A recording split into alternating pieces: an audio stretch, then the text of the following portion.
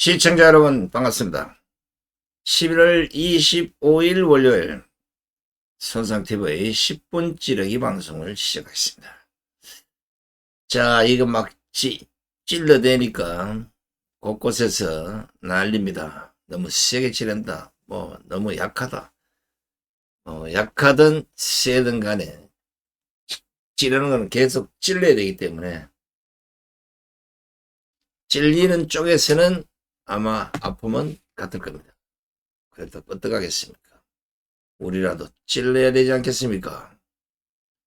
근데 참으로 답답한 시간이 흐르고 있습니다. 하늘이 준 절호의 기회를 또다시 당 내부 분열로 인해서 다 된 밥에 재를 뿌리는 격이 되고 있습니다. 뭔 얘기냐 아니면 국민의힘 집구석 얘기를 좀 해볼 텐데 어지간하면 그쪽 얘기를 안 하려고 하는데 계속 얘기를 안 하면 안 될 정도로 당을 몰고 가고 있기 때문에 하는 얘기입니다. 이 상태로 가도 괜찮을 것 같으면 내비두고 그냥 죽이 되든 밥이 되든 알 바 없다 이러면 되는데 이 상태로 가면 국민의 힘만 망가지는 게 아니라 우파 전체가 망가지고 결국은 윤석열 정권까지 문제가 될 수 있기 때문에 이런 문제들을 지적하지 않을 수가 없는 겁니다. 지난 15일 이재명의 공직선거법 위반 1심 선고에서 이재명이가 징역 1년 집행유예 2년을 받지 않았습니까? 그 이후에 완전 바닥으로 꼬꾸라지던 윤석열 대통령의 지지율과 국민의힘 지지율이 동반 상승하고 있다는 거, 이거 여러분도 잘 아실 겁니다. 그런데 이거를 국민의힘이 제대로 살리지 못하고 있는 겁니다. 제가 굳이 국민의힘까지 신경 쓸 일은 아니지만 어찌됐건 간에 우파의 큰 직격이기 때문에 국민의힘이 동력을 잃으면 우파 전체가 문제가 될 수 있기 때문에 가만히 보고 있을 수가 없다는 겁니다. 여론은 엿새를 몰아야 한다고 하지 않습니까? 좋은 여론이 형성되면 그것을 기반으로 해서 더 세차게 몰아붙여서 상대편의 무릎을 꿇려야 하는데 이 국민의힘은 정반대 짓거리들을 하고 있는 겁니다. 아시겠지만 지금 현재 국민의힘 당원 게시판 이 논란이 일파만파로 확산이 되면서 결국은 당내 친윤계와 친한계 충돌로 이어지고 있는 아주 볼성사람 꼬라지가 지금 벌어지고 있는 겁니다.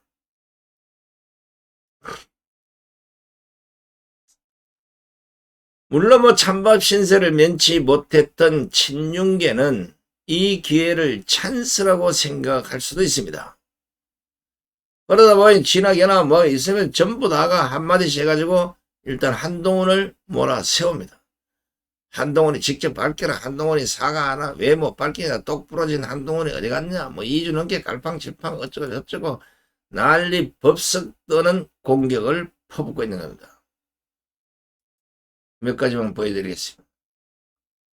나경원 게시판 비방글 물타기 조사 말고 한동훈이 사과를 해라. 김원혜 똑 부러진 한동훈 어디 갔나. 2주 넘게 갈팡질팡. 자, 이런 식으로 친윤계 공격이 시작되니까 반면 친한계는 처음에는 이제 방어 비슷하게 아니면 변명 비슷하게 이러다가 요즘은 아예 방탄을 딱 쳐놓고 가장 최근에는 한동훈 죽이기 집단이 있다며 음모론 프레임으로 여론을 몰아가고 있습니다. 그 대표적 주자가 바로 김종혁하고 여기도 한 죽이기 의심 신지어. 제가 앞선 방송에서 말씀드렸지만 결국은 신지어, 김종혁 그건 누굽니까? 누구더라? 김경률이 이 대부분 좌파 진영에서 잔뼈가 굵었던 이런 사람들이 거꾸로 우파에 들어와 있으니까 꼭 좌파적 행동을 하는 겁니다. 한동훈은 이런 데 둘러싸여 있으면 결국은 한동훈은 패배할 수밖에 없다는 겁니다. 한동훈만 패배하면 다행인데 매사 이런 식이니까 우파 전체가 안 되는 꼴이 생기는 겁니다. 윤석열 대통령과 김건희 여사가 탄핵이나 특검으로 공격을 받고 있을 때는 국민의힘이 민주당과 비슷한 스탠스로 압박을 하고, 심지어는 한동훈이가 윤석열 대통령이 공개적으로 이런 거 하라고 대놓고 공격을 했던 거 잘 알고 계시잖아요. 그러다가 이재명 공직선거법 실형 선고 후에 민심과 여론이 반전이 되고 있는 상황에서는 당원 게시판 논란 하나 해결을 못해서 지금 언론의 역공을 당하고 있고 민주당의 공격까지 당하고 있습니다.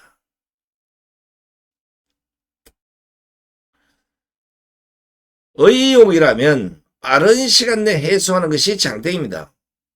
근데 한동훈은 마치 무엇을 피하려는 듯한 이런 행동으로 의혹을 계속 키우고 있다 보니까 결국은 여기까지 온 겁니다. 아니, 한동훈은 당 대표고 어찌됐건 게시판 그런 한동훈을 비롯해서 그 가족들, 친척들 이름이 대부분 아닙니까? 그렇다면 한동훈이가 직접 나서서 이거 우리가 한 게 맞다, 아니다, 우리가 한 게 아니다.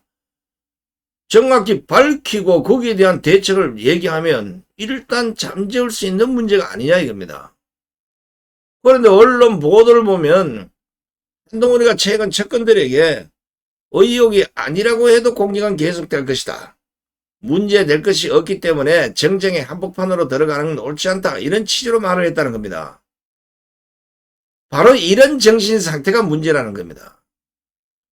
적극적으로 나서서 문제를 진화해야 될 사람이 정쟁의 한복판으로 들어가는 건 옳지 않다고 말하는 게 이게 맞습니까?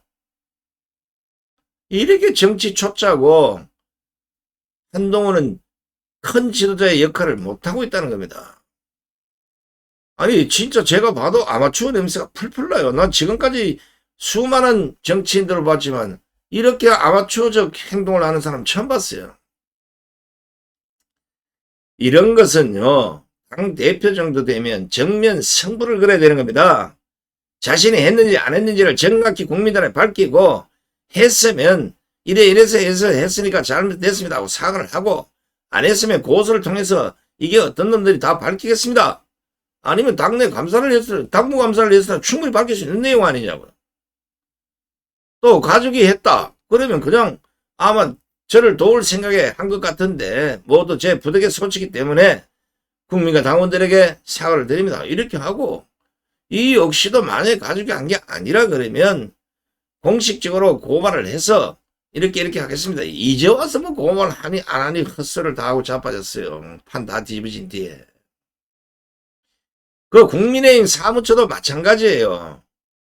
최근 한동훈과 가족들 이름으로 작성된 총 1068건의 게시물을 전수조사를 했다고 하면서 거기에 문제 소지가 있는 게시물, 그러니까 윤석열 대통령하고 김건희 여사를 조롱과 비판한 이런 악성글의 12건에 그친다. 이런 결론을 냈습니다. 아니 이게 뭐가 중요합니까? 아마 이거는 발표한 이유는 그 속내가 문제 소지가 있는 게시물은 12건에 불과하니까 별거 아니다. 이렇게 물타기를 한 것 같은데 착각하지 마십시오. 국민의힘이 그러는 동안에 이 문제는 일파만파로 확산이 돼서 이젠 더 이상 덮을 수 없는 문제가 됐다는 겁니다. 특히 뭔가를 알고 있는 것 같은 장해찬은 연일 무엇을 폭로할 것처럼 한동훈을 압박하고 있는데, 한동훈이 캥기는 게 없다면 더 이상 이런 짓 못하게 세기를 박아야 하는 것이고, 캥기는 게 있다면 장해찬을 만나서 둘이서 풀든지 아니면 공식적으로 국민에게 사과를 하든지 양당간에 결단을 내려야 될 거면 설설 피하고 그냥 언론에 말을 돌리고 이런 식으로 하니까 의혹은 계속 부풀려지는 거고, 아 이게 문제가 있나 보다 이렇게 되는 것이고, 이제는 뭡니까? 무슨 강남맘인가 뭐 해가지고 하여튼 부인이 무슨 조직을 안에 들어가서 그렇게 한 것처럼 지금 계속해서 뭔가 확산이 되고 있잖아요.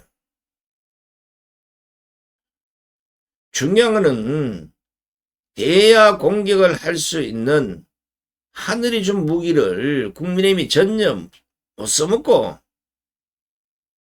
집안 정리조차도 안 된다는 겁니다. 명태균 사건도 계속해서 확산되고 있지. 당원 게시판 논란도 끝을 못 보고 계속 확산되고 있지.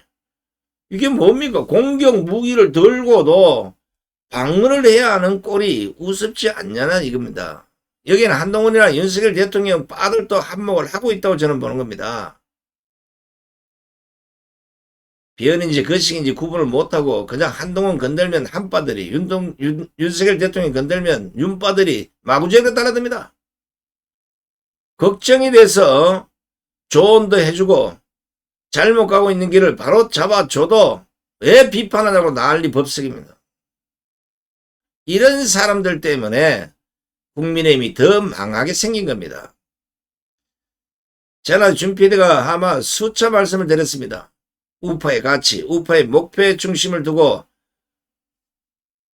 그 사람, 그 당을 지지하든지 그 사람을 좋아하든지 이렇게 해야지. 사람의 중심을 두다 보니까 전신만신 빠가 되는 것이고 또 맹목적 지지로 인해서 자기가 지지하는 사람이 아니면 모두 적이 되는 짓거리를 이 시간까지도 계속하고 있는 겁니다. 이게 결국 우파 국민들 분열로 이어지고 있으니까 한심할 노릇이라고 제가 지적을 하는 겁니다. 그러니까 한동훈은 꼼수 부릴 생각들은 하지 마시고 이게 당내 문제니까 가감하게 있는 그대로 밝히고 사건을 빨리 매듭 지어라다 이거예요. 그게 당대표가 해야 될 일이고 그게 대권을 생각하고 있는 지도자라면 그걸 해야 되는 겁니다. 이렇게 요리 피하고 저리 피하고 이런다고 될 일입니까 이게? 자신의 문제가 아니더라도 당대표가 됐으면 깔끔하게 나와서 정리를 해주는 이런 사람이 돼야지. 만약 오늘 이재명 선거에서 우파의 불리한 판결이 나온다면 민주당은 곧바로 검찰, 법원, 검찰, 국민의힘 다 싸잡아서 윤석열 대통령과 김건희 여사 공개의 수위를 최대한 끌어올릴 겁니다. 지금까지도 국민의힘이 이 문제에 아무런 방패가 되지 못하고 있는 상황에서 민주당과 야당 좌파 전체의 공격이 탄력을 받게 된다면 이재명은 살아나고 윤석열이 죽는 이런 반대의 꼴이 될 수도 있다는 겁니다. 그렇기 때문에 국민의힘은 하루빨리 집구석 불은 끄고 전열을 재정비해서 대야 이재명 공격의 모든 화력을 집중시켜야 될 게 아니냐 이겁니다. 만약에 상황에 따라서는 투쟁력이 없는 정당이다 보니까 이대로는 안 되겠다 싶으면 거기에 누구 하나라도 지금 현재 맞불 집회 잘 싸우고 있는 강화문 태극기 세력하고 전략적으로라도 손을 잡고 일단 이재명, 조국, 문재인 구속을 현실화시켜보자. 이런 얘기 하는 사람도 한 사람도 없는 거야. 윤석열 정권이 남은 2년 만의 후반기를 안정적으로 국정 운영을 할 수 있도록 해야만이 국민의힘도 차기 대권을 바라볼 수 있는 게 아니겠습니까? 그런데 이 상태로 계속 흘러가다가는 부정조작 선거의 달인들이 100% 향후에 선거를 휩쓰는 꼴을 당하게 될 것입니다.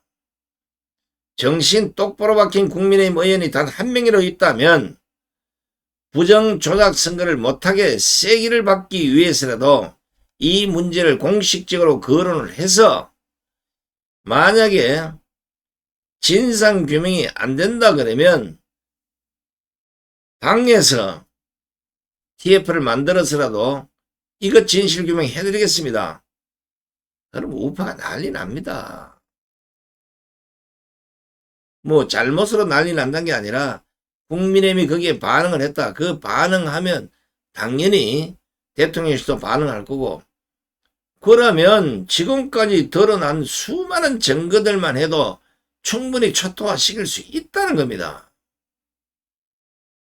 국민의힘이 그런 조치를 안 한다면 윤석열 대통령이라도 저 강화문 강경에서 수십만, 수백만, 수천만 국민들이 저렇게 전국에서 부정선거 밝히라고 난리인데 어이 대법원장, 법무부 장관, 검찰총장, 경찰청장, 선관 위원 싹 불러서 이거 도대체 이렇게 지금 몇 날이면 몇 년을 지금 부정선거에 밝히라고 난리인데 국민들의 저 요구를 무시할 수 없다.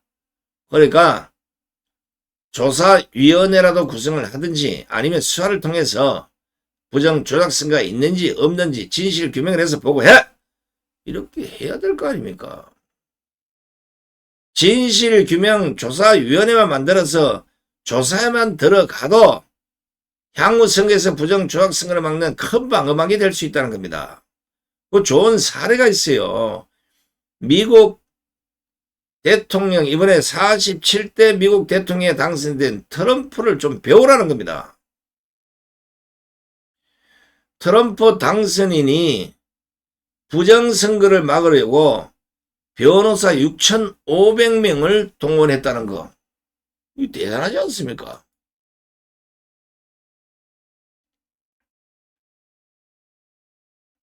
변호사 6,500명이 장난이 아니잖아요.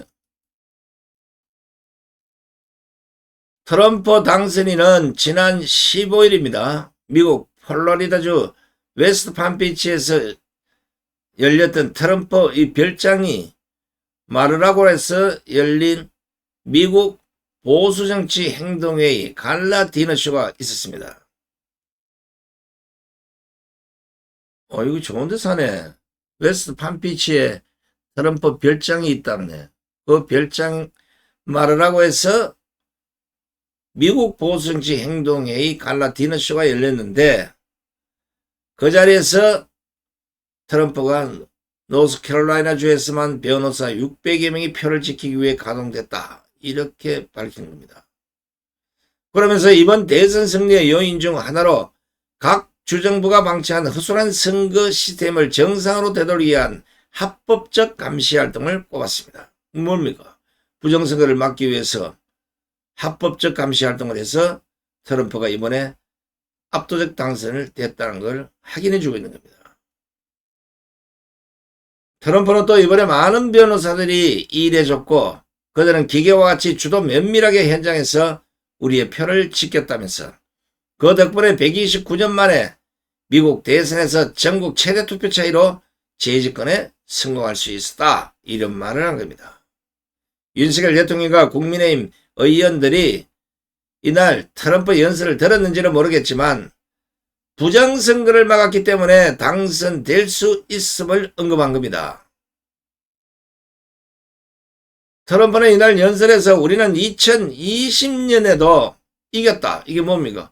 이겼는데 결국은 부정선거 때문에 졌다. 반대로 유추하면 이렇게 되는 거잖아. 그죠? 수학적 분석에 따르더라도 2020년 대선에서 조 바이든이 8,100만 표를 획득한 건 있을 수 없는 최악의 사건으로 입증됐다. 이런 의견을 밝힌 겁니다. 그러니까 부정선거를 통해서 8,100만 표를 획득했다. 이거 아닙니까?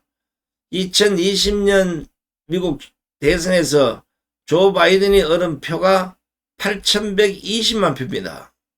근데 이거를 트럼프가 쫙 보니까 8천만 표 정도를 이길 선거가 없었어요.